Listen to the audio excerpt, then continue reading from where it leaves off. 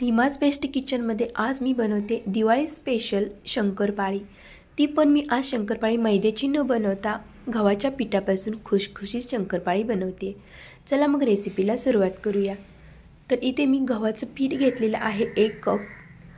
तर थोड्या क्वांटिटीमध्ये मी इथे शंकरपाळी बनवणार आहे।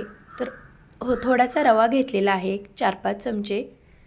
तर बारीक रवा वापरायचा आहे आपल्याला, मोठा वापरायचा नाही। आणि किंचित आपल्याला थोडंसं मीठ घालायचं आहे। आता हे मिक्स करून घेतल्यानंतर पिठी साखर घालूया। तर अर्धा कप मी इथे पिठी साखर घातलेली आहे। साखर जास्त घालू नका, नाहीतर शंकरपाळी कडक होईल। आता इथे आपण तुपाचं मोहन घालूया। तर इथे मी 2.5 चमचे तुपाचं मोहन घालत आहे। 1.5 कपाला 2.5 चमचे तुपाचं मोहन घालायचं आहे। याचं सर्व मी प्रमाण डिस्क्रिप्शन बॉक्समध्ये दिलेलं आहे। तर आता कडकडीत आपण मोहन गरम करून घेऊया आणि या पिठामध्ये घालूया। आता हे चमच्याने मिक्स करून घेऊया। नंतर हाताने आपल्याला हे चांगलं तूप चोळून घ्यायचं आहे पिठाला। तर तुपाचं मोहन चांगलं चोळून घेतलेलं आहे पिठाला। तर आता आपण थोडं थोडं पाणी घालून आता हे पीठ घट्ट मळून घेणार आहोत। तर शंकरपाळीचं पीठ सैलसर मळायचं नाही, तर घट्ट मळून घ्यायचं आहे। तर पाण्याऐवजी तुम्ही दुधाचाही वापर करू शकता, पण दुधाची शंकरपाळी जास्त दिवस टिकत नसते। पाण्याचा वापर केला तर जास्त दिवस टिकते, अगदी महिनाभरसुद्धा। आणि दुधाची जर तुम्ही शंकरपाळी बनवली तर ती 8 ते 10 दिवस टिकते। तर अशा पद्धतीने आता आपण शंकरपाळी चांगली ही पीठ मळून घेऊया।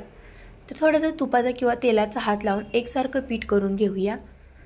आता हे एकसारखं पीठ करून घेतल्यानंतर आता झाकण ठेवूया। 10 मिनिटे हे पीठ भिजत ठेवायचं आहे। तर आता 10 मिनिटे झालेली आहेत। पीठ मस्त असं मुलायम भिजलेलं आहे, छान भिजलेलं आहे। तर आता आपण एकसारखा गोळा करून घेऊया आणि आता पोळपाटावरती हा गोळा लाटून घेऊया। शंकरपाळी जास्त पातळ नसते, थोडीशी जाडसर ठेवायची असते, तेव्हा ती शंकरपाळी एकदम छान अशी फुगते। तर अशा पद्धतीने लाटून घेतल्यानंतर साईडने आपण आता असं कट करून घेऊया, म्हणजे एकसारख्या शंकरपाळ्या कट करता येतील। तर आता आपण शंकरपाळ्या आपल्या आवडीप्रमाणे कट करून घ्यायच्या आहेत। तर मी इथे अर्धा इंचाची शंकरपाळी कट करते। तर अशा पद्धतीने इथे आपली शंकरपाळी कट करून झालेली आहे। तर इकडे तेलही गरम झालेलं आहे। तर गरम तेलामध्ये आता आपण शंकरपाळी तळून घेऊया। तर तेलाचं टेम्परेचर एकदम बरोबर पाहिजे। तेल जास्त जर गरम झाले तर शंकरपाळी वरतून करपू शकते, आतून कच्ची राहू शकते। आणि तेल जर गरम नसेल तर शंकरपाळी तेलामध्ये विरघळू शकते, तेल जास्त पिते। तर अशा पद्धतीने ही शंकरपाळी आपली छान अशी मस्त सोनेरी रंगावरती तळून घेऊया।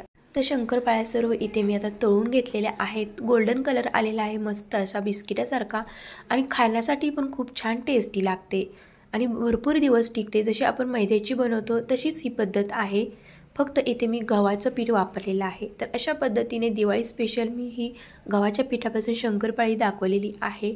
तुम्हाला ही रेसिपी कशी वाटली तुम्हीही नक्की ट्राय करा।